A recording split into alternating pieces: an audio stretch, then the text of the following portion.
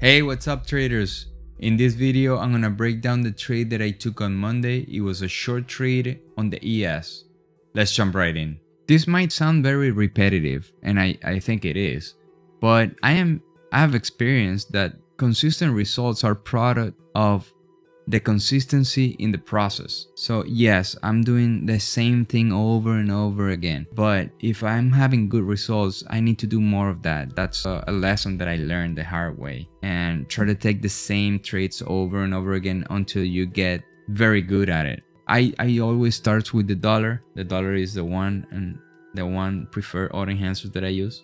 So right, pre-market here is 920. I see the dollar ranging, and I want to mark up these highs and the lows, high and low of the range, so I can assume my position in front of the dollar. I say if the dollar comes to this area, I'm gonna go long on the equity markets. When the dollar goes to this area, then I want to go short in the equity markets, and so on until the range is broken. The dollar eventually is gonna break to one direction. Now, the daily chart, the intermediate, and the longer time frame in the dollars are biased up, so that makes me a little bit more bullish on the dollar and a little bit more bearish on the equity markets. I can change my bias at any given time if the market is going in one direction aggressively and consistently. The dollar comes here, bounces off of this demand, and I say I'm gonna try to get this thing short, and I have a supply. If you come here, see this is the actual trade. It was 940, 44.99 1 quarter, and I cover here at 93. Okay, it was a short from here to here. I do have this supply. If we come to this supply and I have the signals, then I'm gonna engage short.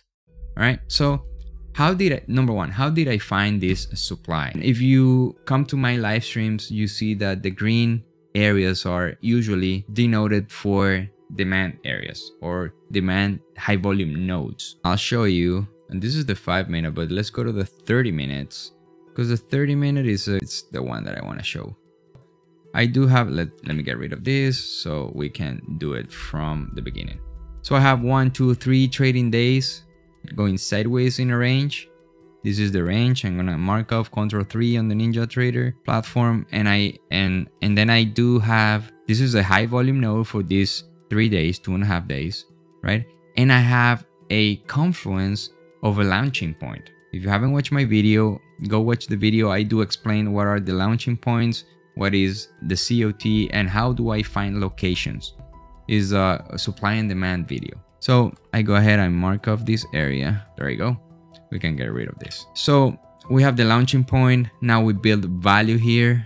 That means that the value that was perceived in this range now migrated to another level, meaning a higher level. And I assume that next time prices come to this level, buyers will step in, or there are some orders sitting there to continue buying. The market came here the next day in the afternoon, 2 days after, and the following day came here in a very solid manner, and we caught this long here. I got here long. And on Monday, we came here gapping down. When we gapped down, so there might be a bunch of trap traders here, okay? So we come here on Monday and we see how we gapped down, but not in a solid manner like way below. We just gapped barely down, and then the market started to go up. All support become resistance. A bunch of trap traders might be here. I want to see if I have any signals to short, right? And I go ahead and I'll show you what signals I had. Let's review the internals first. On the internals, I can see how the market opened, right? The market opened and had a green candle. This is a red candle on the advanced decline. But the advanced decline has steady drop for 3 minutes from like -50 to -500. That's a pretty nice drop. The market was holding steady, going sideways, and then the market started to go up. The advanced decline wanted to catch up, but never went to the same level that the market was reaching. Meaning, this is the level at the open, this is the level at the open, right? And you had what I call advanced decline divergence. This tells me that a good quantity of stocks are not going up with the market, meaning that fewer stocks are supporting the upside in the market. So this is a classic signal for me to short. And when we're making new highs here, we're making lower highs here. Lower high, high, higher high, higher high. And right here, we didn't make any higher high in the market. So this is my entry, by the way. So that's the second signal. So number one, we had the dollar going up, coming off of the bottom of the range. We have the order flow. Now, you have to watch this real time and get enough screen time so you can learn how to read it real time, because it might be fast for you. So the more you watch, the better you get at it. So it's already reaching supply. The green area is the supply that I was looking at. And then you have this candle, 800 plus, sorry, the 400 delta, right? And actually the next candle, which is at 939, you have a one positive delta, 121. A bunch of aggressive sellers are coming into the market. And when I say aggressive sellers, might be one seller, but in a very aggressive manner. So I'm talking about orders, right? Bunch of orders to sell are coming in very aggressively into the market. So we might have the reaction that we want from the supply, okay? In this one, we had a little bit of a sell-off, right? And the next candle, when it comes to this level, I put the order limit, right? But look what happens in this candle. 600 positive on the delta, from 600 positive to minus 500, right?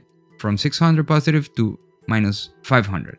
That is very aggressive selling. And this is a matter of 1 minute. And right after that, just a bunch of orders came in to sell and I got target right here.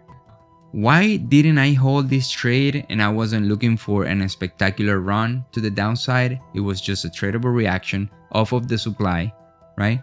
And I was not looking for a very long run in the target to the short side because I had the dollar and the dollar was trapped in this range.